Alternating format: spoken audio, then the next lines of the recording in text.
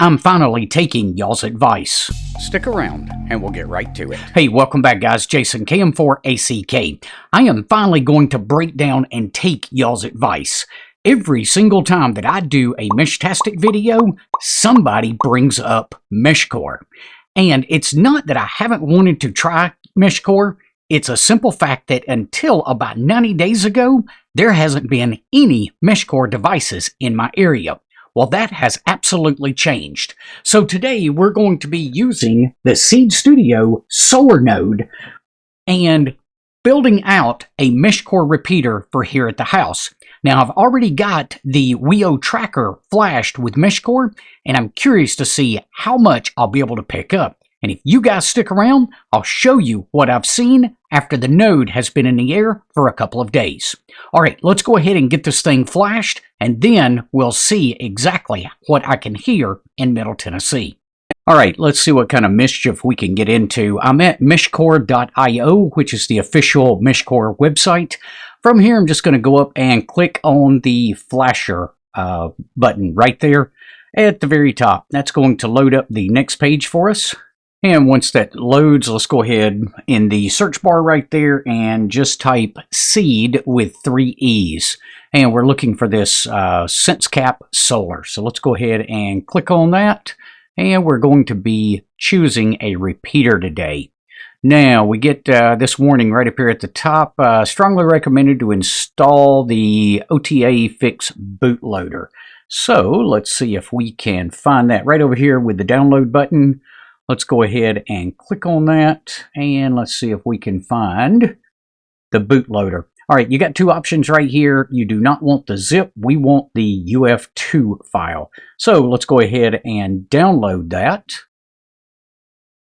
And then let's see about putting that on the device itself. So I just double-clicked the RST button on the node, and that put it into this DFU mode, and I'm into that drive right now. So let's see if we can find that download file. I'm going to copy it and then paste it right here in this directory. So we'll go ahead and paste that right here, and that should do its thing, and then reboot. Now, after I rebooted, I did go ahead and double press that RST button again on the node, and that gave me the DFU mode again. So back on that drive, let's take a look at this info UF2 text right here, and you should be able to hopefully see that. Writing's a little bit small on the screen, but the current bootloader does have that OTA fix right there in the file name, so we know that we're good. Next up, we just need to download the firmware for this. And again, down here under this download button, we'll see 2 repeater files. We want the UF2, not the zip file. So I'll go ahead and download that. And once that download completes, I copied that file, and then we're going to paste it back into this DFU box right here. So after you open that DFU drive, then just paste that file in, and that will flash the firmware to the node. And then after it flashes, it will go ahead and reboot. Now, the only thing I'm wondering is, should I have done an erase first? And that might have been a good idea. So actually, I'm going to back up. After this thing reboots, I'm going to go ahead and put it back in DFU mode if it doesn't automatically come back. And then we're going to go ahead and try flashing the erase file first, and then I'm going to redo that repeater node. It's a good idea anytime you're doing this. Let's see if I can get that into DFU mode. It's a good idea anytime you're doing this to go ahead and just do the erase first if you're doing a major change. So coming from the Meshtastic firmware and moving over to MeshCore, I definitely should have done that erase first. So I'm going to back up, download that, and we'll do that real quick. So we'll paste it into that box. It went ahead and quickly copied that over, erased everything. Now I think we should be ready to do the flash for the repeater. So I'll end up redoing that. All right, there's the SenseCap box, and let's go ahead and just paste that into this particular box. Give that just another second and it will reboot. So you can see, guys, even if you mess something up, it's pretty quick and easy just to go back and redo it. Now we'll wait on this thing to reboot again. We're going to go back. Let's see, I believe you got to go back a couple of screens on this so that we can enter. Whoop, went back too far. and we'll see if we can get into it so we can set up the actual repeater. And I think I actually went back one too many screens. We're going to go back to that flasher screen right here, and we should see, there it is. That's a button I'm looking for. Repeater setup right there. Let's go ahead and click on that, and that should bring up our repeater. We do need to connect to it, so we'll click connect. It's going to ask us which one, and I believe that is the correct one. If you don't know right here, you can always unplug your USB drive, watch for which one disappears, plug it back up, and you'll know that you've got the right one. I'm going to go ahead and click connect on that, and there we go. We've now got our settings all right here ready to work with. So let's see, we want to change the name of it. I'm just going to name this ACK and home. Now, we need latitude and longitude. I believe we can click this right here to pull up a map, and we can just set this from the map.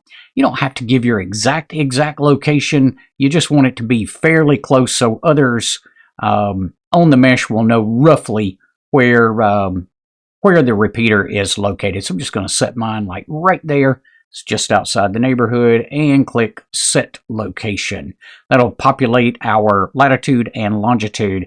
Now, my understanding is we definitely need to set a new admin password. So I'm going to go ahead and set that right there. I'm going to leave guest password blank so that anybody that wants to see kind of the basic telemetry of the repeater will be able to do that. Now, we do need to look at presets, and I'm going to choose USA, Canada, which is recommended. That should do it for here. The only thing you might want to change right here is the coding rate. I believe the higher the number, it's a little longer burst, packet burst, but it gives you better forward error correction if you've kind of got weak signals. Now, how often do we want this to advert? In Middle Tennessee right now, I believe we are using every 60 minutes for this one, and flooding every 3 hours.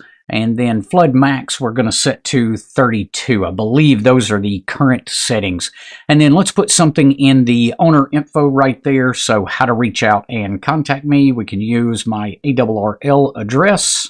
So we'll leave it with that. And let's check out our advanced settings, and the path, I believe we are using 2 bytes here. I believe that is everything we need in that. I don't think we need to mess with any of these others. Not sure about loop detection.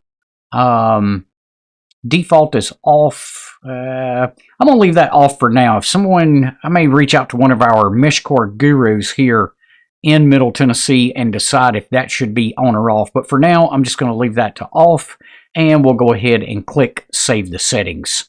And it's asking me if I want to reboot. Let's go ahead and tell it yes, reboot please. All right, so I just reconnected by clicking the connect button up in the top right and choosing the right one again, and it looks like everything else is set correctly. So let's send an advert, and let's see if I see that on my phone. Yeah, on my phone.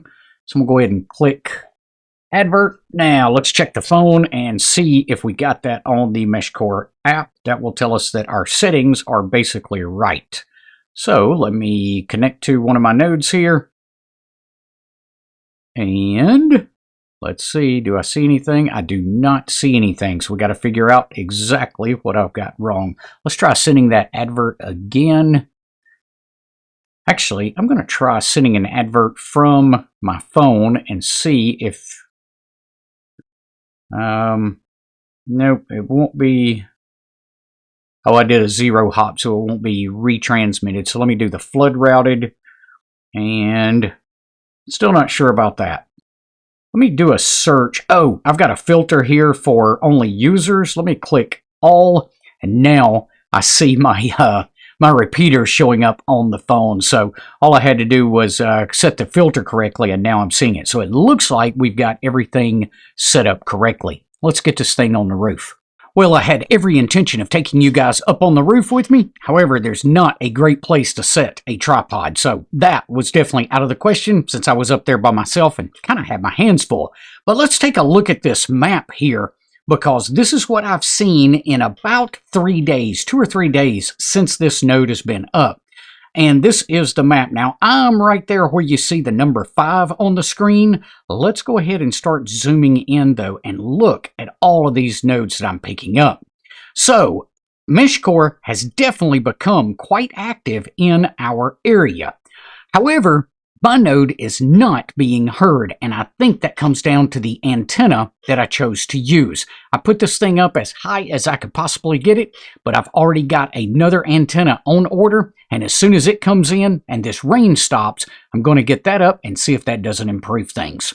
If you found today's information helpful, be sure to give us a thumbs up before you head off. We will see you guys on the next one. Until then, 7-3.